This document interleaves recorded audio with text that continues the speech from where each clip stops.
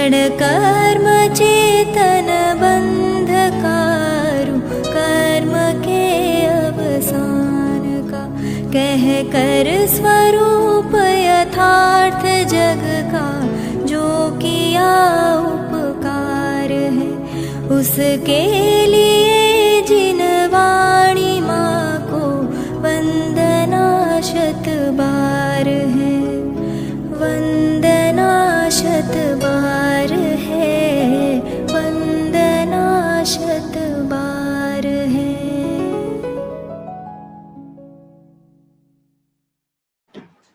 जय श्री ओम नमः सिद्धेभ्यः। नमो अर्हन्ताणं, नमो सिद्धाणं, नमो आयरीयाणं, नमो उवज्झायाणं, नमो लोये सौवसाहूणम्। मंगलम भगवान वीरो, मंगलम गौतमो गणी, मंगलम कुंद कुंदाद्यो, जैन धर्मोस्तु मंगलम। सर्वमंगल मांगल्यम सर्वकल्याणकारकम, प्रधानम सर्वधर्माणां, जैनम जयतु शासनम। वंदितु सर्वसिद्धे, ध्रुवमचलमणोवमं गतिं पत्ते, वोच्छामि समयपाहुड, मिनमो सुद केवली भणिदम्। नमः समय साराय, स्वानुभूत्या चकासते, चित्स्वभावाय भावाय, सर्वभावान्तरच्छिदे। अनंत धर्मणस्तत्त्वं पश्यन्ति प्रत्यगात्मनः, अनेकान्तमयी मूर्तिर्नित्यमेव प्रकाशताम्। आचार्य कुंद कुंदे विरचित समय सार परमागम और आचार्य अमृतचंद्र कृत इसकी आत्मख्याति टीका, सार समय सार का मूल गाथा और संस्कृत टीका के आधार से हम समय सार का सार समझ रहे हैं। 19वीं गाथा से अप्रतिबुद्ध का प्रकरण चल रहा है। अनुभूति स्वरूप भगवान आत्मा आबाल गोपाल सबको प्रति समय अनुभव में आ रहा है, फिर भी एक समय के लिए अयम अहम अनुभूति ऐसा अनुभव करता नहीं है। तो ऐसा अनुभव नहीं करता क्या तब तक अप्रतिबुद्ध अज्ञानी है? तो अज्ञानी को कैसे पहचाना जाए, उस अप्रतिबुद्ध को समझाने का प्रयास किया। ये 25वीं गाथा तक, 19 से 25वीं गाथा तक की चर्चा के बाद फिर भी अप्रतिबुद्ध को समझ में नहीं आया। या अनादि काल से जो अंदर मिथ्या मान्यता बैठी है वो आसानी से निकलती नहीं है। आप कहते हो देह आत्मा नहीं है, कर्म नो कर्म ये मैं ये मेरा, ऐसा कहना अप्रतिबुद्ध अज्ञान है, विपरीतता है, मिथ्यात्व है। तो फिर जिनेंद्र देव की आचार्य आदि की स्तुति देह के आश्रय से की जाती है तो सारी स्तुतियां मिथ्या हो जाएंगी। इसलिए आदाहवदि देहो, आत्मा ही देह है, देह ही आत्मा है। इति मम एकांतिका प्रतिपत्ति, अज्ञानी कहता है इसलिए मैं बिल्कुल एकांत से सर्वथा ऐसा ही मानता हूं। उसके लिए नए विभाग से उत्तर दिया था, नए विभाग अनभिज्ञोसी, आप नए को, दृष्टिकोण को, अभिप्राय को नहीं समझते हो, इसलिए शंका खड़ी होती है। तो 26 से लेकर 30 तक देहाश्रित की गई स्तुति सभी व्यवहार स्तुति है। केवली भगवान के आत्मिक गुणों से की गई स्तुति ही निश्चय स्तुति होती है, और उसके सामने देह से आश्रय से की गई स्तुति उपचार है, व्यवहार है। संयोग की अपेक्षा से इस तरह कथन किया गया है। इस तरह व्यवहार स्तुति की बात भी की और उसका निराकरण भी किया। अब 31, 32, 33 गाथाओं में तो निश्चय स्तुति क्या है? फिर ये व्यवहार है तो निश्चय स्तुति कैसे होती है? काफी विस्तार से अपन चर्चा कर चुके, इसलिए उसमें अब नहीं जाएंगे। आचार्य अमृतचंद्र 3 प्रकार की निश्चय स्तुति कह रहे हैं। क्रम की दृष्टि से प्रथम, द्वितीय और तृतीय, स्तर की अपेक्षा से जघन्य, मध्यम और उत्कृष्ट, परिहार की दृष्टि से गेय गायक संकर दोष के परिहार पूर्वक होने वाली पहली स्तुति, और उसका नाम दिया जितेंद्रिय जिन। भाव्य भावक संकर दोष के अभाव पूर्वक होने वाली दूसरी स्तुति, जिसकी अभी अपन चर्चा प्रारंभ कर रहे हैं, और उसे नाम दिया जित मोह जिन स्तुति। और तीसरी उत्कृष्ट स्तुति है भाव्य भावक भाव के अभाव पूर्वक। दूसरी है भाव्य भावक संकर दोष को दूर करने वाली, और तीसरी भाव्य भावक भाव का अभाव करने वाली। दूसरी जित मोह है, तो तीसरी क्षीण मोह है। क्षीण मोह जिन नाम की तीसरे प्रकार की स्तुति है। अंत में अपन ने इस बात पर चर्चा छोड़ी थी कि जो इंद्रियों को जीतकर ज्ञान स्वभावी आत्मा को अधिक जानता है, मूल गाथा में कहा, और टीका में इंद्रियों की जीतने की विधि बताई, ज्ञान स्वभाव की महिमा की, और ऐसे भगवान ज्ञान स्वभाव के द्वारा जो अपनी आत्मा को समस्त अन्य द्रव्यों से अधिक जानता है, भिन्न जानता है, और एकमात्र अपनी आत्मा का संचेतन करता है, वह पहले प्रकार की जितेंद्रिय जिन नाम की स्तुति है। कि ये तो अपनी आत्मा का अनुभव कर रहे हैं, इसमें भगवान की स्तुति कहां से आ गई? तो इसे कहते ये निश्चय स्तुति है। पहली गाथा की टीका में भी जैसे आचार्य ने कहा, निश्चय से आराध्य आराधक भाव दो के बीच में नहीं होता। निश्चय से आराध्य आराधक भाव अपने में ही होता है। इसलिए निर्विकल्प समाधि में स्थित जो आत्मा है, वे अपनी आत्मा का जो अनुभव कर रहे हैं, वह वास्तव में निश्चय स्तुति है। वो भगवान वंदित्व सर्व सिद्धे, वो भगवान की वास्तविक वंदना है, वास्तविक आराधना है। तो निश्चय में पर की आवश्यकता नहीं है। तो यहां कह रहे हैं, यहां अपनी आत्मा को जानकर अपनी आत्मा का अनुभव कर रहे हैं। इंद्रियों से भिन्न जाना है, इसलिए जितेंद्रिय जिन है। इंद्रियों को ज्ञायक जानते थे, जबकि वो गेय है। ये गेय गायक संकर दोष कर रहे थे, उसे दूर कर दिया। लेकिन ये तो सब भेद विज्ञान की विधि और आत्मा के अनुभव की बात है। भगवान की स्तुति कैसे हुई? तो इसे हम इस रूप में कह सकते हैं, जैन की परिभाषा हम देते हैं, जो जिनका भक्त सो जैन। और जिनके भक्त का अर्थ है जो जिनेंद्र भगवान की आज्ञा माने, उनके बताए हुए मार्ग पर चले, वह वास्तविक जैन है, वह जिनका भक्त है। तो यहां भी कहते हैं कि जिनका भक्त जिनेंद्र भगवान की भक्ति कर रहा है, जिनेंद्र भगवान की स्तुति कर रहा है, तो कौन सच्ची स्तुति कर रहा है?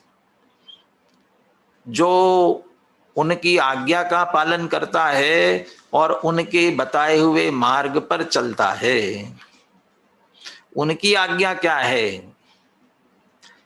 कदाचित अन्य भगवान, अन्य दर्शनों जो भगवान समझते मानते हैं, वे कदाचित ये कहते हैं, माम एकम शरणम ब्रज, एक मेरी शरण में आओ, मैं आप सबका कल्याण कर दूंगा।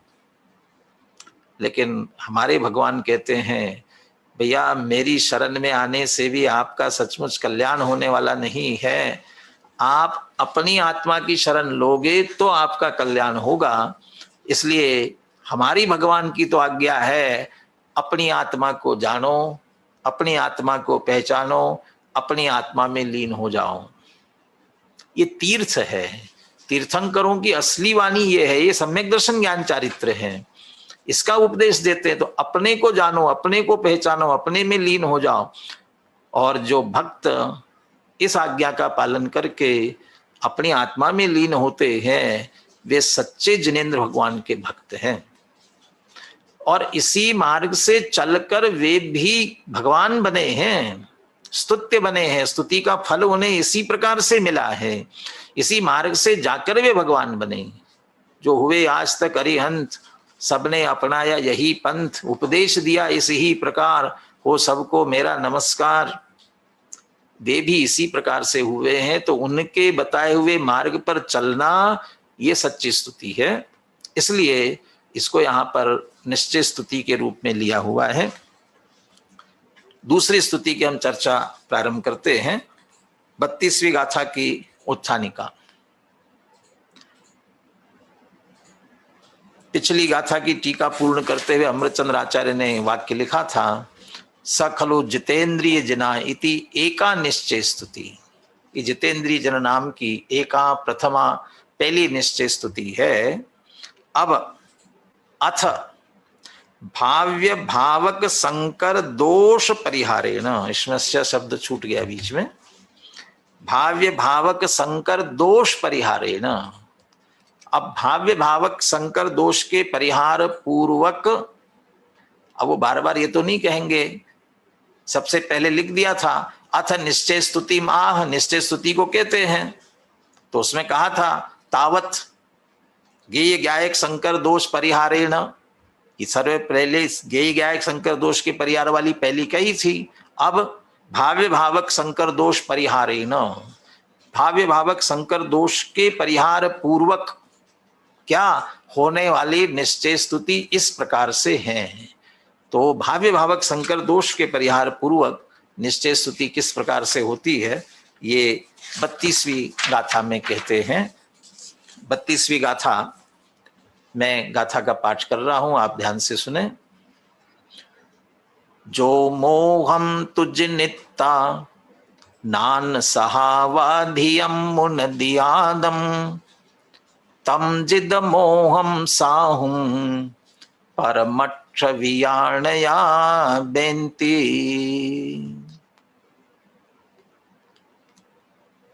जो मोहम तुझ नित्ता, जो मोह को जीत कर, नान सहावादियम मुनदियादम, ये बात बिल्कुल ऐसी की ऐसी है। नान सहावादियम मुनदियादम, आदम नान सहावधियम मुनदी, आत्मा को ज्ञान स्वभाव से अधिक जानते हैं। कैसे कि जो मोह को जीत करके, तो मोह को जीत कर जो ज्ञान स्वभाव से अपनी आत्मा को अधिक जानते हैं, तम जिद मोहम साहुम, उन्हें जित मोह साधु बेंती ब्रुवंती कहते हैं। कौन कहते हैं कि परमक्ष वियाणया, परमार्थ विज्ञायका, जो परमार्थ को जानने वाले हैं। परमार्थ के यहाँ दोनों अर्थ ले सकते हैं। एक तो उत्कृष्ट पदार्थ के जानने वाले, सर्वोत्कृष्ट बात को जानने वाले, और परमार्थ है शुद्ध ने निश्चय ने। इसलिए निश्चय ने का आश्रय लेकर के जो कथन कर रहे हैं, निश्चय ने की मुख्यता से जो कथन कर रहे हैं, वे कहते हैं मोह को जीतकर अपनी आत्मा को अधिक जानने वाले। जानने से तात्पर्य संचेतन लिया, अर्थात अनुभव करने वाले, वे जित मोह साधु हैं। साधु क्यों कहते हैं? सामान्य सम्यक दृष्टि ज्ञानी गृहस्थ श्रावक वो नहीं हो सकते कि नहीं हो सकते। अपन गुणस्थान परिपाटी से देखा था, जितेंद्रिय जिन वाली स्तुति चौथे गुणस्थान से सातवें के सातिशय अप्रमत्त से पहले, सातिशय अप्रमत्त से तो ऊपर यहां से शुरू हो जाएगी, जो स्वस्थान अप्रमत्त नाम का सातवां गुणस्थान, वहां तक कही थी, तो चौथे गुणस्थान से। लेकिन जिन कह रहे हैं, तो जिन होते हैं तो श्रावक गृहस्थ हैं चौथे गुणस्थान वाले। चौथे गुणस्थान वालों को भी एक देश जिन कहा है। जो जीते सो जिन, और उन्होंने मिथ्यात्व अज्ञान उस पर विजय पाई है, इसलिए वे भी एक देश जिन कहलाते हैं। इसलिए वहां से जिन संज्ञा एक देश जिन की होती है, इसलिए वे चौथे से स्वस्थान अप्रमत्त तक की बात थी। अब ये जो जितमो साधु वाली है, वह सातिशय अप्रमत्त से लेकर उपशम श्रेणी के गुणस्थानों में 11वें गुणस्थान तक की है। इसलिए ये जितमोह साधु की बात कर रहे हैं और वे जितमोह साधु हैं। अभी एक बार गाथा का पद्यानुवाद के साथ पाठ कर ले तो और विशेष चर्चा इस पर अपन आगे करते हैं। जो मोहम तुजिणीता प्राण सहावाधियं मुणदियादम तम जिद मोहम साहुम परमठ वियाणया बेंती।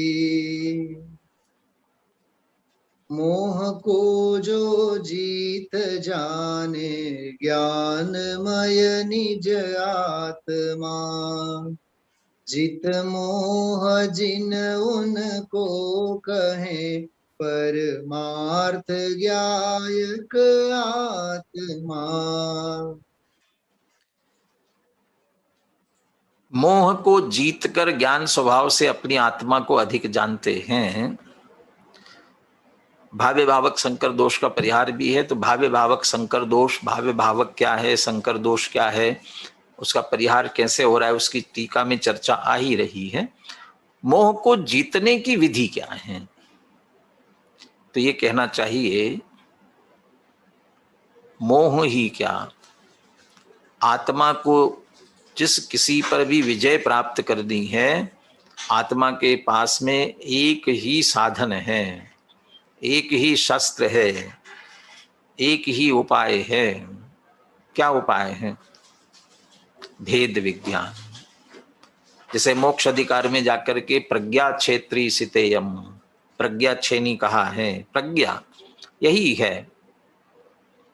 जितेंद्रिय जिन में जिस तरह से इंद्रियों पर विजय प्राप्त की, इंद्रियों पर विजय किस प्रकार से प्राप्त की? अमृतचंद्र आचार्य ने इंद्रिय के 3 अर्थ लिए, द्रव्येंद्रिय, भावेंद्रिय और इंद्रिय के विषय। तीनों पर विजय प्राप्त करने की विधि बताई। क्या विधि है? निर्मल भेदाभ्यास कौशलेन, भेद अभ्यास, निर्मल भेद अभ्यास की कुशलता, प्रवीणता, माने भेद अभ्यास की प्रवीणता से ही विजय प्राप्त की जा सकती है। और उस भेद विज्ञान के माध्यम से उन तीनों इंद्रियों के लिए कहा सर्वथा स्वतः पृथक करने न। भेद विज्ञान की प्रवीणता से सर्वथा अपने से पृथक किया। जब ज्ञान से पृथक कर रहे हैं तो ज्ञान से पृथक करने में क्या होगा कि वास्तव में पृथक जाना है। तो पृथक जाना, पृथक किया तो ये निवृत्ति हुई। लेकिन कोई भी निवृत्ति प्रवृत्ति पूर्वक होती है, बिना प्रवृत्ति के निवृत्ति नहीं। और प्रवृत्ति जितनी प्रबल होगी उतनी निवृत्ति भी आसानी से होती है और अच्छी तरह से हो जाती है। नान सहावाधियम मुनदियादम, अपने ज्ञान स्वभाव की महिमा, ज्ञान स्वभाव को अधिक जाने और उसके निमित्त से अन्य द्रव्यों से भिन्न जाने और अपनी आत्मा का संचेतन, आत्मा की प्रवृत्ति करे तो सब पर विजय होती है। मोक्ष अधिकार में कर्मों को जीतने की विधि यही कही, कर्मों से रहित होने की, मुक्त होने की विधि, वह प्रज्ञा क्षेत्री। और प्रज्ञा क्षेत्री में साथ में ये भी कहा ना कि अकेला जुदा जुदा करना नहीं है।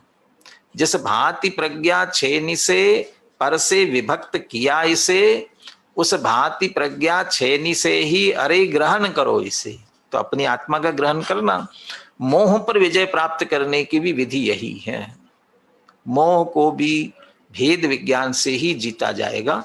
तो कैसे भेद विज्ञान से जीता जाएगा इसकी चर्चा अपन टीका में करेंगे। उसके पहले चूंकि भाव्य भावक संकर दोष के परिहार उसी की चर्चा प्रारंभ में आ रही है, इसलिए ये भाव्य भावक संकर दोष क्या है। भावक और भाव्य दो शब्द हैं। भावक, भाव्य। यदि सरल शब्दों में हम कहें तो भाव कराने वाला भावक कहलाता है और उस रूप होने वाला भाव्य कहलाता है। तो कौन भाव कराने वाला?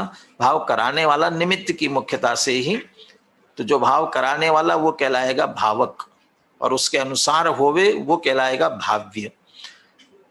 चूंकि वो शब्दों का क्रम कम अक्षरों की दृष्टि से होता है, भावक भाव्य, भावक पहले भाव्य बाद में कहा जाना चाहिए, लेकिन कहने में आएगा नहीं, तो भाव्य भावक ऐसे ही बोला जाएगा, लेकिन क्रम में हम भावक की चर्चा पहले करते। भावक किसे कहेंगे? उदयागत मोह कर्म भावक है, उदयागत मोह कर्म। और ये सभी शब्द जैसे नाचार्य की है, आप अनुशीलन में जैसे नाचार्य की टीका का अंश दिया हुआ है वहां देख सकते हैं। उदयागत, उदय को प्राप्त मोह कर्म। तीन बातें इसमें। पहली बात, सत्ता में पड़ा हुआ कर्म कुछ भी फल नहीं देता, पुड़वी पिंड समाना, पृथ्वी के ढेले के समान है, वो कुछ नहीं कर सकता। वह अपने फल देने का सामर्थ्य रूप से उदय आता है, उदय आता है तभी वह फल देता है। उदयागत, इसलिए उदय में आया हुआ, उदयागत। दूसरा, 8 कर्म वो जीव को कुछ कराने में या नया कर्म बांधने में, परिणाम विकारी भाव करने में कोई नहीं, उनके अपने अपने परिणाम होंगे, कार्य होंगे, परंतु पुनः जो विकारी भाव कराने वाला है, भाव कराने वाला, वो अकेला मोहनी कर्म ही है। इसलिए मोह कर्म, उसमें दर्शन मोह मिथ्यात्व के लिए कारण बनता है, चारित्र मोह राग द्वेष के लिए कारण बनता है। तो ये इसलिए ये भाव कराने वाले हैं। अच्छा, भाव कराने में ये भी ध्यान रखना है, वे कराते हैं ऐसा नहीं है, वे तो अपने क्रम से उदय आते हैं। जीव अपने को भूलकर उनका लक्ष्य करता है, तब वे कराने वाले भावक कहलाते हैं। है भूल जीव की, लेकिन निमित्त की मुख्यता करके उन्हें भाव कराने वाला कह करके भावक कहते हैं। तो उदयागत मोह कर्म भावक हैं। और भाव्य कौन? पहले दूसरे कलश में भी अमृतचंद्र आचार्य ने कहा, पर परिणति हेतोर मोह नामनोनुभावाद अविरत मनोभाव्य व्याप्ति कलमाशिताया। भाव्य, उसके अनुसार राग द्वेष परिणत आत्मा भाव्य है। मोहनी कर्म का उदय आया, चूंकि यहाँ जित मोह की बात करनी है मुख्य रूप से, इसलिए मोह मिथ्यात्व वाले को गौण कर दिया, वो पहले वाले में आया, लेकिन मिथ्यात्व मोह भी शामिल है इसमें स्वयं। तो उसके अनुसार मोह राग द्वेष इससे परिणत जो आत्मा उस रूप हो रहा है वो भाव्य है। राग द्वेष भाव्य नहीं है, राग द्वेष तो भाव है। मोह कर्म के उदय से होने वाले राग द्वेष भाव, और उनके अनुसार आत्मा उस रूप हो गया। इस तरह जो उस रूप आत्मा होगा, परिणत होगा, मानेगा अपने आप को मैं ही ऐसा हो गया, तो वो कहलाएगा भाव्य। उस रूप परिणत आत्मा वो भाव्य है। तो आत्मा भाव्य, ये मोह के उदय से होने वाला मोहनी कर्म वो भावक, ये भाव। अब संकर दोष क्या है? जड़ कर्म जड़ है, आत्मा चेतन है। ये दोनों को मिला करके फिर एक मान लेना, मैं ही रागी हो गया, मैं ही द्वेषी हो गया। इसलिए कहा इन दोनों का शुद्ध आत्मा के साथ संबंध या एकत्व होना। भावक कर्म और अशुद्ध हुआ आत्मा उस रूप परिणत विकार रूप हुआ, आत्मा के साथ संबंध होना, एकत्व होना, मैंने आत्मा ही ऐसा हो गया, सर्वथा आत्मा रागी द्वेषी हो गया। इस तरह से समझ लेना ये भाव्य भावक संकर दोष है, ये दोष है और इसका परिहार करना है। अब ये कैसे परिहार होगा और ये दूसरे प्रकार की स्तुति कैसे होती है, ये अपन टीका के माध्यम से समझते हैं।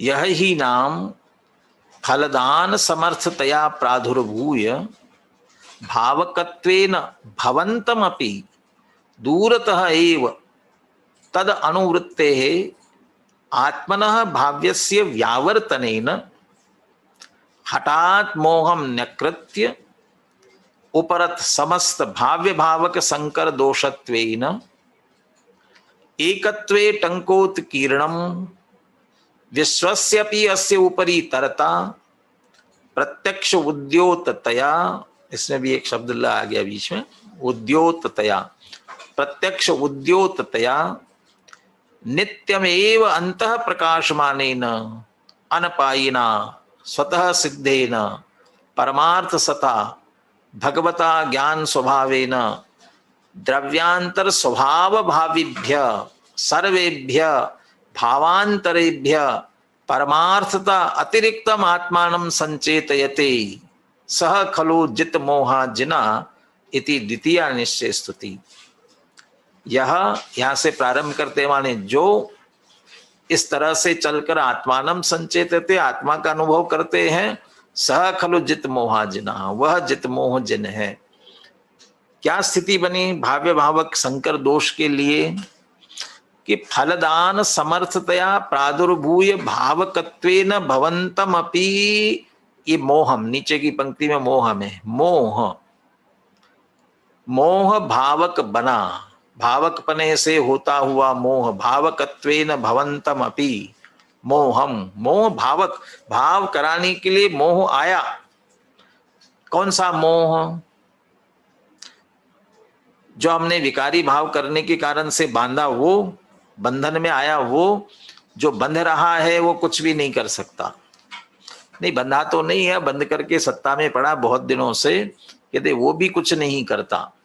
तो कौन करेगा कि जब प्रादुर्भूय, जब उसका उदय आता है, विपाको अनुभवाः, विपाक, विपाक माने ये विपाक का अर्थ ही उदय आने का अर्थ ही है फलदान समर्थतया, फलदान अपने फल देते हुए, फलदान समर्थतया प्रादुर्भूय भावकत्वेन, फल देने के लिए समर्थ रूप से उदय हुआ, वो कहलाएगा भावक, भाव कराने वाला। इसमें थोड़ा सा बारीकी से यदि ध्यान देंगे, फल देने में समर्थ, हमारे अन्ना जी गुणस्थान विवेचन की कक्षा लेते थे तो बहुत सारी बातें करणान योग की सुनाते रहते थे। वो एक बात हमेशा कहते थे, बंधा हुआ कर्म वैसा का वैसा कभी उदय में नहीं आता, और जीव के परिणामों से बहुत कर्मों की निर्जरा होती है, निर्जरा होती है ऐसा कहते हैं, लेकिन सारे के सारे उदय आकर के ही जाते हैं। उदय ऐसे के ऐसे माने खिर गए और अपने आप अलग हो गए, अलग ऐसा नहीं होगा, सब उदय में आते हुए। अब उदय में आते हुए जाएंगे तो फल दे करके जाएंगे, अब फल दे करके जाएंगे तो फिर तो विकारी भाव कराते हुए, अपना अपना काम कराते हुए तो जाएंगे वे फिर। लेकिन जैसा बंधा था वैसा का वैसा उदय में इसलिए नहीं आएगा, चाहे तीव्र परिणाम किए हो, तीव्र उनमें अनुभाग शक्ति पड़ी हुई हो, परंतु परिणामों से वर्तमान के पहले के बंधे हुए अनुभाग शक्ति में भी फर्क पड़ता है।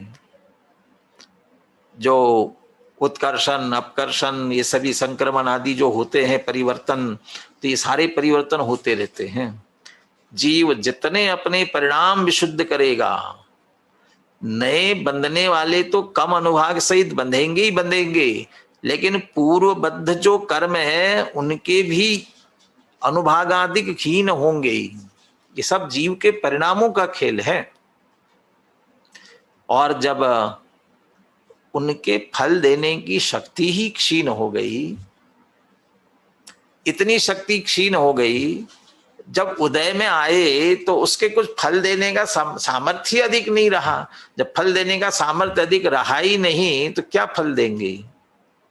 इसीलिए तो जो अंतिम जहां द्रव्य मोहोदय सती भाव मोहोदय, अंतिम जो स्थिति आती है वो उदय तो मोह का निरंतर चल रहा है, लेकिन सूक्ष्म लोभ जो अंतिम जहां वीतरागता प्रकट होने वाली है, तो वहां उदय बराबर चल रहा है और भाव होता जाएगा। अब भाव यदि होता ही जाएगा तो फिर कभी जीव छूटेगा ही नहीं। लेकिन क्षीण होते होते होते अंतिम स्थिति ऐसी आती है, द्रव्य मोहोदय सती भाव, माने द्रव्य मोह का उदय है लेकिन भाव नहीं है। तो क्यों इतना क्षीण हुआ? ये हमें क्यों हो रहे हैं? क्योंकि हमारी तो अनुभाग शक्ति बहुत पड़ी हुई है और वो अपने फल देने की सामर्थ्य सहित उदय में आता है, और फल देने के सामर्थ्य सहित उदय आता है तो भाव कराने में समर्थ होता है। तब कह रहे प्रादुर्भूय भावकत्वेन भवन्तम, तो उधर फल आ रहा है, आपके भाव में निमित्त बनने की सामर्थ्य उसमें है, निमित्त की दृष्टि से ही, इसलिए वह भावक हो रहा है। और भावक पने से भवंतम अपि, होते हुए भी, तो अब आ ही गया तो अब मैं कुछ नहीं कर सकता हूं। ये नहीं, अभी अभी अभी मेरे पास एक उपाय है। क्या करना है? भवंतम अपि, होते हुए भी, दूरतः एव तद अनुवृत्ते है आत्मना भावस्य व्यावर्तनेन, हम ये कर सकते हैं। ये उदय उदर से आया और तद अनुवृत्ते, उसी का अनुसरण करते हुए जो आत्मा, उसका अनुसरण करने वाला जो आत्मा, वो कहलाएगा भाव्य। भाव्यस्य आत्म तद अनुवृत्ते है भाव्यस्य आत्मना, वह भावक और उसी का अनुसरण अनुवृत्ति वैसा ही करके होने वाला वो भाव्य आत्मा। आत्मा उस रूप होने योग्य तो है, लेकिन ऐसे होते हुए आत्मा को भी व्यावर्तने न अलग निकाल लिया।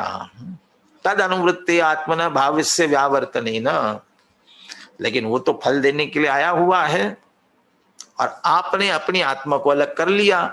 तो क्या किया? वो तो आएगा, करे हठात मोहम न्यकृत्य, हठात मोहम न्यकृत्य, हट पूर्वक मोह का तिरस्कार करके, हाँ तो आजा, हम तुम्हारी तरफ देखने वाले नहीं हैं। हठात, मेरे ख्याल से हिंदी में तिरस्कार शब्द ही दिया, और हट शब्द का अर्थ किया बलपूर्वक। या हट ऐसा जबरदस्ती नहीं चला, मैं तो हट पूर्वक हट करके बैठ गया। वो हट का अर्थ वो लौकिक दृष्टि का हट नहीं है, या बलपूर्वक, पुरुषार्थ पूर्वक। और पुरुषार्थ यही है कि स्थिर रहना। लौकिक दृष्टि में भी किसी ने गाली दी और हमने उसे चांटा मार दिया, किसी ने गाली दी, हमने भी उसे गाली दी, और किसी ने गाली दी, हम मन में खेद खिन्न हुए। जगत में पुरुषार्थी किसे माना जाता है? कौन पुरुषार्थी हैं? जगत में पुरुषार्थी वो कहते हैं जो ईंट का जवाब पत्थर से देते हैं। उसने तो गाली दी थी, हमने तो उसको अच्छी मरम्मत कर दी, उसकी अच्छी ठुकाई कर दी। ये लोक में उसको पुरुषार्थ समझते हैं। या अरे उसने 2 सुनाई तो हमने 10 सुनाई, बराबरी से उससे चढ़ करके तो हम और अधिक। तो ये हम ये कह रहे, हाँ ये देखो ये उससे 1.25 शेर हो गया। और तीसरा, अरे हमने ऐसी आंख दिखाई उसे, ये खेद खिन्नता व्यक्त की, तो वो उसको नाराजी समझ में आ गई। भैया ये तीनों हार गए, जीता कौन? उसकी चाहे जितनी गालियां देने के बाद भी हम प्रभावित नहीं हुए, और प्रभावित नहीं हुए तो वास्तव में जीत है, नहीं तो हार ही हार है। वो यही तो चाहता था और वैसे ही हुआ, तो वैसे हुआ तो वो जीता। और यदि हम उसी तरह हुए तो हम हारे। और जो बिल्कुल ना करे वो वास्तव में वो पुरुषार्थ है। 4 प्रकार की पुरुषार्थों की व्याख्या कभी आदरणीय दादा से अपन ने सुनी होगी। अर्थ पुरुषार्थ माने धन संपत्ति। 2000 रुपए का नोट रास्ते पे पड़ा हुआ है, दिखा हमें, और दिखा उठा लेने में पुरुषार्थ है कि उठाने का भाव भी नहीं करना, विकल्प ही नहीं आना पुरुषार्थ है, अर्थ पुरुषार्थ। अरे आपके विकार उठाओगे नहीं ना विकल्प करोगे तो आपको अर्थ लाभ होगा ही नहीं। तो हम समझते धन संपत्ति मिलेगी तो अर्थ पुरुषार्थ है। अरे उस अर्थ को देख करके उठाने का विकल्प न आना अर्थ पुरुषार्थ। ऐसे चारों पुरुषार्थ समझना चाहिए। ये मोहम नकृत्य, हठात मोहम नकृत्य, हट पूर्वक बल पूर्वक पुरुषार्थ। किस बात में पुरुषार्थ है? इस बात में पुरुषार्थ है कि मोह का उदय होने पर भी हम उसका लक्ष्य न करके अपनी आत्मा को अलग किया, और आत्मा को अलग करके फिर अपनी आत्मा का संचेतन करने वाली बात आगे कहेंगे। अभी भिन्न किया उससे, माने हम अपनी आत्मा को मोह के उदय के अनुसार नहीं होने दिया। भाई यही हमारा पुरुषार्थ है, बहुत बड़ा पुरुषार्थ है। जैसा चल रहा है उसी के अनुसार बहते जाना, इसमें कोई पुरुषार्थ नहीं है। बल्कि तदनुसार न होना, इससे बचाना। वर्तमान में जो स्थितियां चल रही है, हमारे बालक जिन संस्कारों में बहते जा रहे हैं, और हम अपने बालकों को बचा ले, ये अपना पुरुषार्थ है। हम उनको रोक लेते हैं, नहीं तो बहते तो जा ही रहे सभी, और उसी अनुसार होना ये कोई पुरुषार्थ नहीं है। तो मोहनी कर्म का उदय आया फल देने के सामर्थ्य सहित, उसके अनुसार आत्मा हो, ये तो क्रम से चल ही आ रहा है। लेकिन उधर आने पर भी हमने उसका लक्ष्य नहीं किया, और उसका लक्ष्य न करके अपने आप को अलग कर लिया। उदाहरण देते ना, एक पंडित जी नाम शांति प्रसाद था, दूसरे ने कहा अरे नाम के शांति प्रसाद है, अभी इनको ज्वाला प्रसाद करके दिखाता हूं। अरे कैसे, आप देखो तो सही। अब वो एक पीछे बैठ करके उनको वो बोलते जा रहे हैं, और वो बार बार चढ़ा रहा है, पीछे बैठे बैठे चढ़ा रहा है।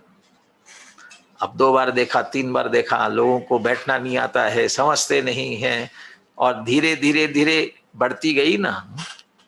तो बताओ शांति प्रसाद ज्वाला प्रसाद कैसे हुए और क्यों हुए। हमारी एक और बुरी आदत होती है, जो बात बुरी लगती है ना उसको हम बार बार देखते हैं। कोई हमें चढ़ाता है ना, तो क्यों चढ़ाता है, हम चढ़ते हैं तो चढ़ाता है, हम नहीं चढ़े तो नहीं चढ़ाएगा। इसका अर्थ हम पोषण कर रहे हैं, हम उसका लक्ष्य कर रहे हैं। मोह कर्म हावी क्यों हो रहा है, क्योंकि उसको पोषण हम दे रहे हैं। हमारा उपयोग खा करके जिंदा है, हम उपयोग न देवे उधर, हम लक्ष्य न देवे तो कैसे पुष्ट होगा, कैसे बढ़ेगा। भाई हम अपनी आत्मा को उसके अनुसार न होने दे, भाई उसका कुछ करना हमारे हाथ में नहीं है। हमारे परिणाम संभालना तो हमारे हाथ में है।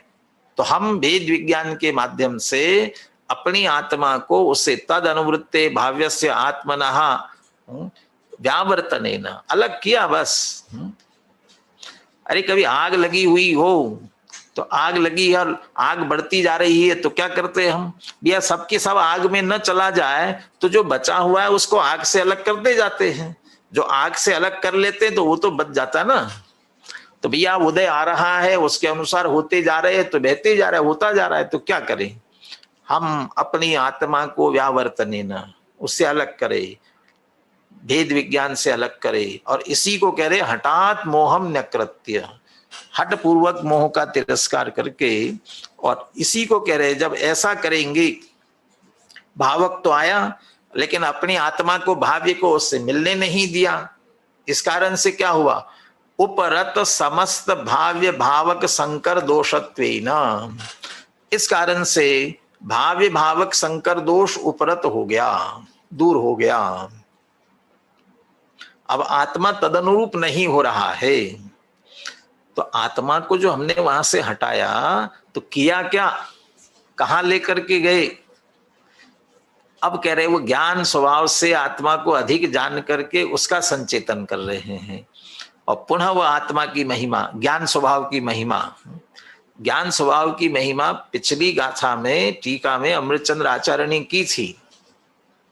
लेकिन वो समझ लेना ऐसा कहकर के अभी नहीं छोड़ा, वो अगली गाथा में छोड़ देंगे भले, लेकिन अभी नहीं छोड़ा। अभी पुनः वैसे के वैसे सारे विशेषण पुनः लेते हैं। एकत्वे टंकोत्कीर्णम, एकत्व में टंकोत्कीर्ण है। विश्वस्यपि अस्य ऊपरी तरता, मानो साक्षात विश्व के ऊपर तैर रहा हो। 2 अर्थ किए थे इसके, विश्व के ऊपर तैरने के। एक तो विश्व के ऊपर तैरने का मतलब सर्वोत्कृष्ट है, जो सर्वोत्कृष्ट है वो सबसे ऊंचे पे पहुंचती है। और दूसरा निर्भार, जब निर्भार होती तो ऊपर आती है, सबसे भिन्न, और सबसे भिन्न और उत्कृष्ट विश्वस्यापि अस्य ऊपरी तरता। प्रत्यक्ष उद्योतया, प्रत्यक्ष उद्योतमान है, अंतर निरंतर अनुभूति स्वरूप भगवान आत्मा प्रति समय सबको अनुभव में आ रहा है, प्रत्यक्ष उद्योतया। और उसी को कहा नित्यमेव अंतः प्रकाशमानेन, नित्य ही अंतरंग में प्रकाशमान है, नित्यमेव अंतः प्रकाशमानेन अनपायिना स्वतः सिद्धेन। पीपीटी हट गई सामने से। अनपायिना माने जिसका कोई अपाय माने नाश नहीं होना, अविनाशी, नष्ट नहीं होने वाली ही कभी भी, निरंतर ज्ञान वैभव है ना, ज्ञान वैभव। लौकिक दृष्टि से ही विद्या के संदर्भ में ऐसा कहा जाता है, व्यये कृते वर्धत एव नित्यम विद्याधनम सर्वधन प्रदानम न चौर्यहारम न च भातृभाज्यम, ऐसा कहते हैं ना। माने जितना इसका खर्च करोगे उतना बढ़ने वाला, नष्ट नहीं होने वाला कभी भी। ज्ञान का जितना प्रयोग करेंगे विशुद्धि की दृष्टि से क्षोभम बढ़ेगा। अपना ज्ञान स्वभाव है अनपायिना स्वतः सिद्धे न, स्वतः सिद्ध है, परमार्थ सतः, वास्तविक है, कहने की बात नहीं है, पारमार्थिक सत्य है। भगवता ज्ञान स्वभावेन, ऐसा भगवान ज्ञान स्वभाव, ये आत्मा को जाना। ऐसे भगवता ज्ञान स्वभावेन, ये तो मैं हूं, और ऐसा निर्णय करके द्रव्यांतर स्वभाव भाविभ्य सर्वेभ्य भावांतरेभ्य परमार्थतः अतिरिक्तम, वस्तुतः देखा जाए तो अतिरिक्त है, भिन्न है। किनसे भिन्न है? भावांतरेभ्य। पिछले जितेंद्रिय जिनमें हम देखेंगे, पिछले गेय गायक शंकर दोष के परिहार पूर्वक, तो वहां तो कहेंगे सर्वेभ्य द्रव्यांतरेभ्य अतिरिक्तम, सर्वेभ्य द्रव्यांतरेभ्य अतिरिक्तम, वो द्रव्यांतरों से भिन्नता की बात थी। और यहां क्या कह रहे हैं? सर्वेभ्य भावांतरेभ्य। वहां पर द्रव्य की भिन्नता की मुख्यता थी, या पर भाव के भिन्नता की मुख्यता है। वह जितेंद्रिय जिन वाली स्तुति थी, और ये जित मोह पर विजय प्राप्त करने वाली स्तुति है। और पर द्रव्य की भिन्नता वाली मुख्यता थी, यहां भावों से, पर भावों से, विभावों से भिन्नता। इसलिए तो वे भावांतर, कैसे भावांतर है? ये द्रव्यांतर स्वभाव भाविभ्य। राग कदाचित मुझ में हो रहा है, लेकिन उसकी सारी जिम्मेदारी, उसका स्वभाव किस प्रकार का है? वह कर्म के उदय से हुआ है, माने जड़ के लक्ष्य से हुआ है, और पुनः जड़ का ही कर्म का बंद करा रहा है। ये सब द्रव्यांतर स्वभाव वाला है, इसलिए वो जड़ ही है। वो मोहादि होने वाले भाव, वे सब जड़ ही है। तो वे जो भावक के भाव है, उनको द्रव्यांतर स्वभाव भाविभ्य, वे सब द्रव्यांतर स्वभाव भावी भाव है। सर्वेभ्य, वो सर्व भावों से। अब यहां सर्वेभ्य कह करके थोड़ा सा हमें ये कहना चाहते हैं, तीव्र कषाय वाले परिणाम जिन्हें हम अशुभ समझते हैं, पाप समझते हैं, वे तो भावक है ही, लेकिन कदाचित हमें जो शुभ भावों में रुचि है, मंद कषाय वाले परिणामों में रुचि है, वे भाव भी सभी वो मोह के उदय के ही परिणाम है। मोह के उदय के परिणाम होने के कारण से, चाहे मंद कषाय का परिणाम है, इसलिए वह भी द्रव्यांतर स्वभाव भावी सर्वेभ्य, उन सर्व भावों से। ये सब भावांतर हैं, ज्ञान स्वभाव से मेल नहीं खाते हैं। ज्ञान स्वभाव के साथ आनंद जुड़ा हुआ है, नियम से अविनाभावी आनंद है, वो ज्ञान स्वभाव है, वो स्वभाव है, अपना भाव है। जिसके साथ आकुलता दुख जुड़ा हुआ है, वो हमारा स्वभाव नहीं हो सकता, वो ज्ञान नहीं हो सकता। तो अपने स्वरूप के चिंतन में भी जब तक विकल्प है, तब तक राग है। राग है, दुख है, दुख है, तो वह भी हमारा स्वभाव नहीं है। इसलिए ये इन सारे भाव, इसलिए विषय कषाय के परिणाम तो बहुत दूर रहो, देव शास्त्र गुरु की आराधना के परिणाम, ये भी ज्ञान स्वभाव की दृष्टि से सब भिन्न है, भावांतर में चले जाएंगे। और जब तक विकल्पात्मक चिंतन चल रहा है, वह भी उत्कृष्ट शुभ भाव विशुद्ध परिणाम है, लेकिन वे भावांतर ही हैं। इन सब भावों से परमार्थतः अतिरिक्तम आत्मानम, जो आत्मा है, तो परमार्थता अतिरिक्त आत्माएं कैसे पहचाने? वो ज्ञान स्वभाव है ना, वो जो ज्ञान स्वभाव कहा, उससे अधिक जाने, भिन्न जाने और अपने स्वभाव को जाने, तब आत्मानम संचेतयते। जो इस तरह आत्मा का संचेतन करते हैं, स खलु जित मोहा जिनाहा, वे जित मोह जिन हैं। यहां इतनी बात और समझे, ये जो एकत्व करने की बात है, यदि एक में ही माने तो पहले वाले उसमें चले गए, वो मिथ्यात्व वाले दोष में चले गए। लेकिन एक में मानते तो नहीं थे, लेकिन अपनी ही पुरुषार्थ की कमजोरी से आए हुए का लक्ष्य करके उस अनुसार, भूमिका अनुसार भाव होते थे तो उसी अनुसार बहना चल रहा था, तो आत्मा उस अनुसार होता था, तो एक में रागी द्वेषी हो गया, अब वो एक पेक बना हो गया। लेकिन इसे भी दूर करना है, तो इन भावों से भी भिन्न ज्ञान स्वभावी आत्मा को जानकर आत्मा का संचेतन करे। आत्मा का संचेतन करेंगे तो वे भाव नहीं होंगे। तो वो मोह का उदय आया था, आ रहा है, तत्काल का आया हुआ कदाचित हो भी गया, लेकिन आगे हम स्वरूप में लीन है, तो आगे का उपशम आदि जो भी स्थिति कर्मों के अनुसार बनती होगी, और वे प्रकट नहीं होंगे। तो हमने मोह पर विजय प्राप्त की, हमने अपने आप को नहीं संभाला होता तो उदय आता ही, मोह राग द्वेष के परिणाम होते ही जाते, वो तो चलता ही रहता। इसलिए वो नहीं होने दिया, वो जित मोह, आत्मा के स्वरूप में स्थिर होकर के मोह को परिणाम को न होने दिया, वो जित मोहा जिनाहा, वो जित मोह, उन्होंने मोह पर विजय प्राप्त कर ली। तो इसलिए भेद विज्ञान ही एक उपाय है, और भेद विज्ञान होकर के अपने स्वरूप में रहना ये ही उपाय है। गुरुदेव कहते थे ना, कछुए की उपाधि देते थे, कछुए का उदाहरण देते थे। कछुए पर कोई भी संकट आए तो क्या करता था? अपनी सुरक्षा के लिए कछुआ क्या करता है? एक ही कार्य करता है, वह अपने अंगों को अपने में समेट लेता है, और सुरक्षा कवच उसके ऊपर है ना।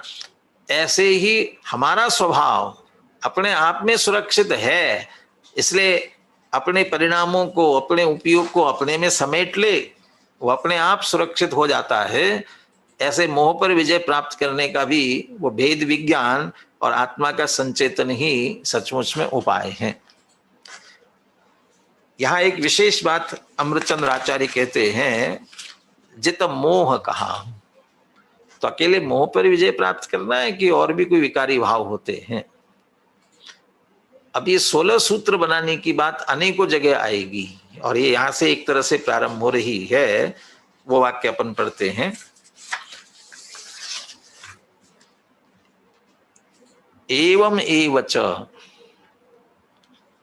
मोह पद परिवर्तनेन राग द्वेष क्रोध मान माया लोभ कर्म नो कर्म मनोवचन काय सूत्राणि एकादश पंचाणाम श्रोत्र चक्षु घ्राण रसन स्पर्शन सूत्राणाम इंद्रिय सूत्रेण पृथक व्याख्या तत्वात् व्याख्यायानि अनया दिशा अन्यानपि ऊह्यानि। यहाँ षोडश शब्द का सीधा प्रयोग नहीं किया, लेकिन अनेक जगह षोडश इस तरह से 16 अगली गाथा की टीका में कहेंगे, 16 ऐसे सूत्र और बना लेना। ये सूत्र कहते, सूत्र कहाँ? सूत्र माने गाथा बनाना। अमृतचंद्र आचार्य कह रहे हैं, कुंद आचार्य ने एक गाथा बनाई, आप ऐसी 16 गाथाएं बनाइए। कैसे 16 गाथा बनेगी? कह रहे मोह पद परिवर्तन है ना, मोह बदल दो, और उसके स्थान पर क्या रखोगे? राग द्वेष क्रोध मान माया लोभ, ये सब रखो। ये भेदा भेद की कथन करने की शैली है। अभेद विवक्षा, भेद विवक्षा, और इसी आधार से भंग बनते हैं, प्ररूपणाएं वगैरह भी होती है, उसमें भी इसी तरह की जीव समास बहुत तरह के हैं, वो सब भेदा भेद की कथन की शैली होती है। भेद विवक्षा, अभेद विवक्षा। अभेद विवक्षा में एक मोह कह दिया तो सारे विकारी भाव उसमें आते, एक मोह सब आगे उसमें। दर्शन मोह भी आता है और चारित्र मोह विकारी भाव भी आते हैं। 2 शब्द दिए तो राग द्वेष कहते हैं हम, राग द्वेष। 4 में करते तो क्रोध मान माया लोभ, उसमें चले जाते हैं।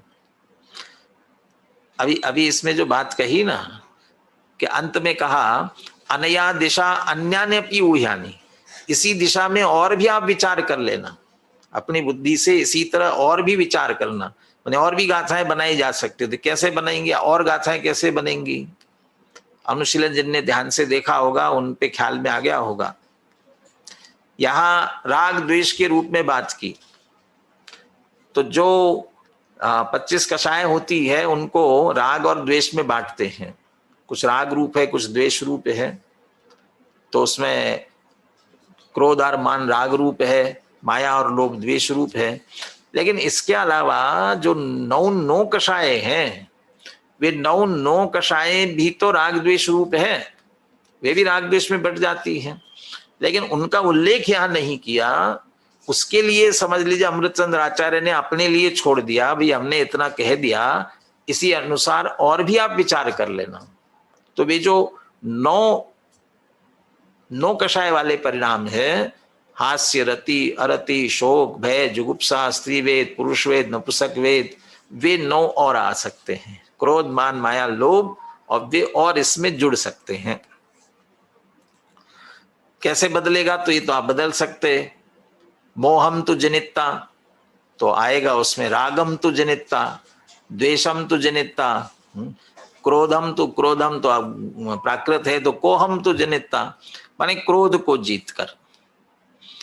अब उधर विजय किस पर प्राप्त करनी है? अच्छा, इधर तो हमने मोह के स्थान पर राग द्वेष क्रोध ये शब्द बदलते गए, और क्या बदलेंगे? उसके जीतने का जो उपाय है वो नहीं बदलने वाला है। नान सावादियम मनदियादम, अपने आप को ज्ञान, क्रोध मैं नहीं हूं, मैं तो ज्ञान स्वभावी हूं, राग मैं नहीं हूं, मैं तो ज्ञान स्वभावी, वो लौट फिर करके अपने ज्ञान स्वभाव की ओर ही आना है। इसलिए ज्ञान स्वभाव से अधिक जानना, और फिर वहां जित मोह कहा था, वो जित मोह के स्थान पर आएगा। क्रोध को जीता, राग को जीता है तो जित रागम, जित द्वेषम। ये इस तरह से 16 सूत्र बना करके विचार करना चाहिए। गुरुदेव कभी कभी इनको सबको घटित करते हुए इस तरह से विस्तार से बताते थे। ये सब चिंतन की प्रक्रिया है, और चिंतन की प्रक्रिया से पर से विभक्त होना, भेद विज्ञान का विचार इस तरह से अंदर चले, इसलिए सूत्र बना करके, सूत्र माने गाथाएं, तत्वार सूत्र के सूत्र ऐसे नहीं, गाथाओं को भी सूत्र कहा है। ये तो पहला ही ग्रंथ का प्रारंभ ही इसी वाक्य से हुआ है, अथ सूत्रावतारा, मंगलाचरण से भी पहले तो गाथा आ रही है, वहां सूत्रावतारा शब्द का प्रयोग किया है। इसलिए गाथाएं, इस तरह से गाथाएं बना लेना। 2 बातें और अब इसमें समझने की हैं। जो हम मोहनी कर्म के उदय से, और खास करके चारित्र मोह के उदय की बात करते हुए कह रहे थे, तो उससे होने वाले जो परिणाम, और ये कहा था कि भावकत्वेन प्रादुर्भूय, ये मोह जो उदय में आया और फिर जो भाव कराने के लिए सामर्थ्य से उदय में आया हुआ है, तो चारित्र मोह के उदय से होने वाले परिणाम तो यही तो है, राग द्वेष क्रोध मान माया लोभ, ये है। और वो हास्य रति अरति, और यदि अपन अधिक जोड़ लेते तो उनको जोड़ लेवे। हिंसा झूठ चोरी कुशील के परिणाम सब क्रोध मान माया लोभ आदि में आ जाते हैं। लेकिन अब इसके साथ साथ जोड़ा कर्म, नो कर्म, मनो वचन काय, ये जोड़ रहे हैं। ये मोह के उदय से कहां हो रहे हैं? अब कहते ये यहां बात बदल गई, अब सब जगह वो मोह के उदय वाली बात मत लगाइए। यहां ये कह रहे हैं भावक रूप से आपके सामने आ रहे हैं, भाव कराने के रूप में आपके सामने आ रहे हैं, उन्हें दूर करना है। तो कर्मों का उदय आ ही रहा है ना। ये जो कर्मों का उदय मोहनी के उदय में आया वो तो ठीक है, लेकिन आपका क्षोभक्षम अधिकम है ज्ञानावरणी के क्षोभक्षम के अनुसार, तो मुझे कुछ समझ में नहीं आता है, मेरा तो क्षोभक्षम बहुत कम है, तो उसके कारण जो आपकी स्थिति सामने आई उसे आप वैसा समझते हो। आघाती कर्म से जो स्थितियां बन रही है, शरीर जैसा मिला अपने को, उसमें हम जुड़ रहे हैं, तो वो कर्म के साथ हमारा जुड़ान उस प्रकार से हो रहा है। कर्म यद्यपि ज्ञेय है, पहले वाले में जाना चाहिए, परंतु भाव में भी निमित्त बनता है, भाव का कारण बनता है, इसलिए कर्म नो कर्म इनको भी लिया। इसी तरह मन वचन काय, ये भी तो बन रहे हैं। मन वचन काय के कारण से भी तो हमारे भाव हो रहे हैं, भाव कराने में निमित्त बन रहे हैं, इस कारण से इनको भावक कह रहे हैं। इनको भी भाव कराने में निमित्त होने के कारण से, जो भाव कराने में निमित्त बने वो भावक, इसलिए इनको भी इसमें ले लिया। लेकिन पुनः आगे कहते हैं कि पंचानाम श्रोत्र चक्षु घ्राण रसन स्पर्शन, इन्हें भी इंद्रिय सूत्र बना लेना। तो वो पहले वाले कह दे, तो जो इंद्रिय तो जिन इतना कह दिया था ना, तो कहते वहां हम ये कहना माने गौन कर दिया था, इंद्रियों को जीत कर कह दिया था, लेकिन वहां भी ये 5 बनाना है कि इंद्रियों को जीतना कहा सामान्य अपेक्षा से, तो वहां कहा स्पर्शन इंद्रियम जनिता, रसन इंद्रियम जनिता, ऐसा उन 5 के सूत्र भी बना लेना। लेकिन वो पुनः वह जितेंद्रिय जिन वाले में बात थी ना, ज्ञेय ज्ञायक संकर दोष वाले में बात थी, भावे भावक में क्यों जोड़ा? थोड़ा सा हम इसको इस रूप में लेवे, वो जो ज्ञेय वाला भाव और भावक वाला भाव, इसमें बहुत एक पतली रेखा है, कहां तक ज्ञेय और कहां से भावक। वे ही परिणाम ज्ञेय और वे ही परिणाम भावक, ये दोनों स्थितियां हो सकती हैं। माने ज्ञेय, जिसको हम भावक शब्द को भोग शब्द से ले, ज्ञेय कहाँ और भोग कहाँ है? 5 इंद्रिय के विषय और 5 इंद्रिय के भोग, स्पर्श रस गंध वर्ण, ये 5 इंद्रिय के विषय है। तत्वार सूत्र में कहा ना, हर एक के विषय बताए, स्पर्श रस गंध वर्ण शब्दास तदर्था। स्पर्श रस गंध वर्ण और शब्द, ये 5 इंद्रियों के विषय हैं। विषय है, लेकिन लोक में कहते 5 इंद्रियों के भोग। तो विषय और भोग में क्या अंतर?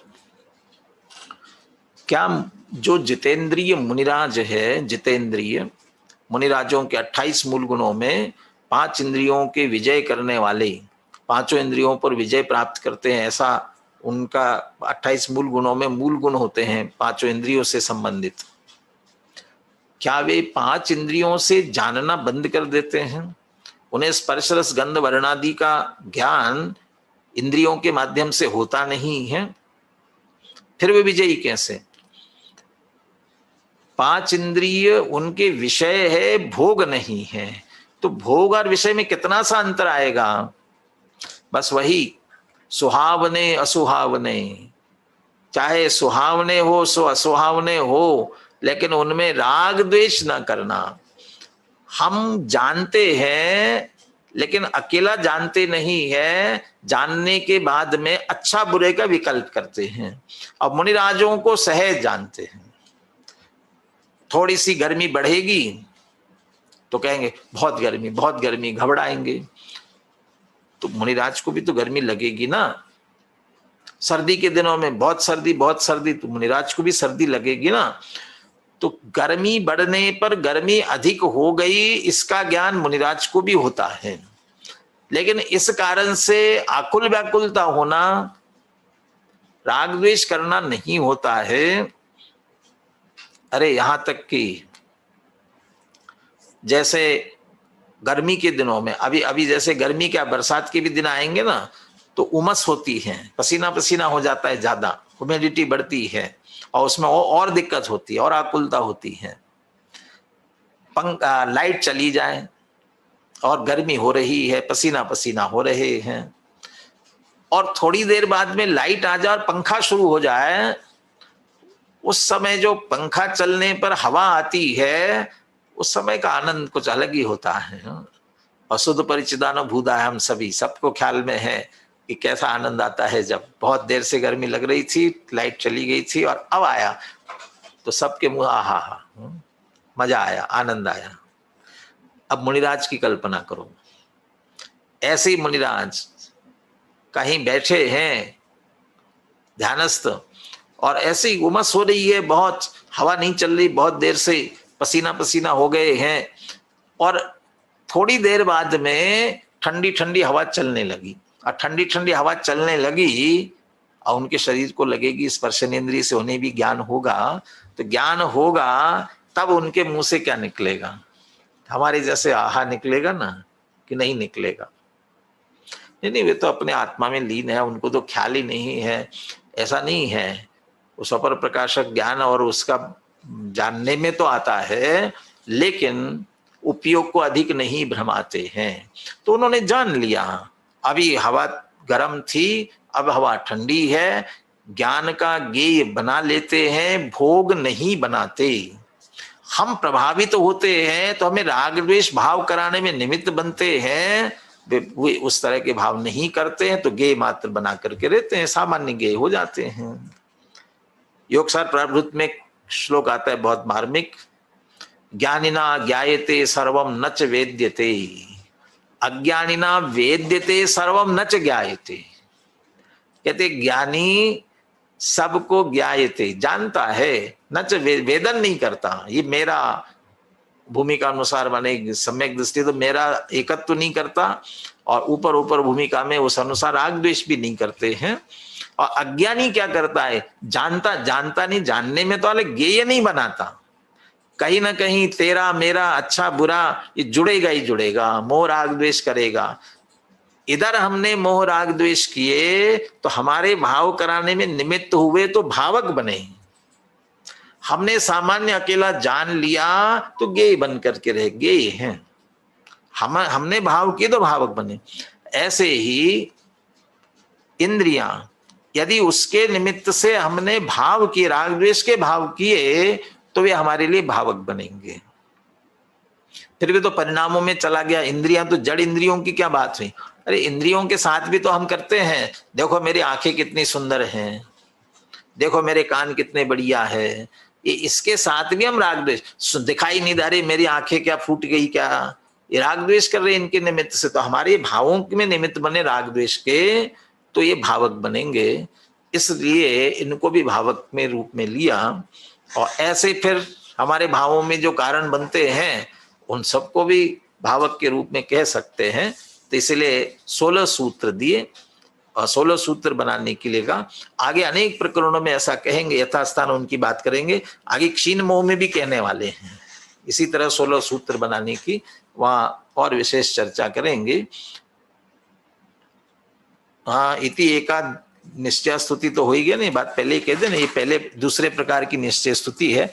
जित मोह जिन नाम की दूसरे प्रकार की निश्चय स्तुति है।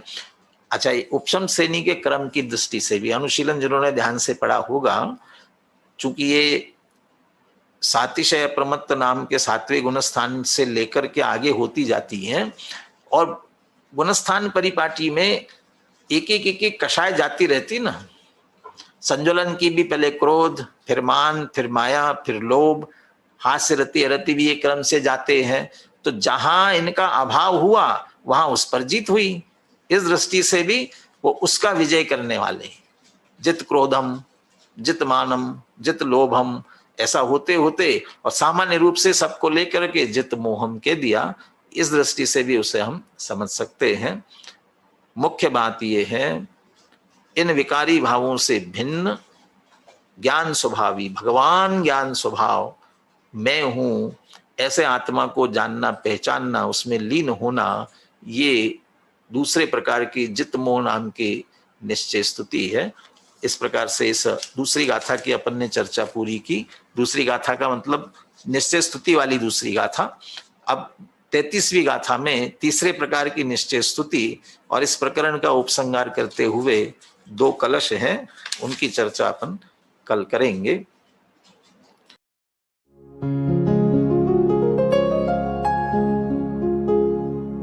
निज निधि निज में बताए, यह अनंत उपकार है उसके लिए जिन वाणी माँ को वंदना शत बार है, वंदना शत बार है, वंदना शत बार है।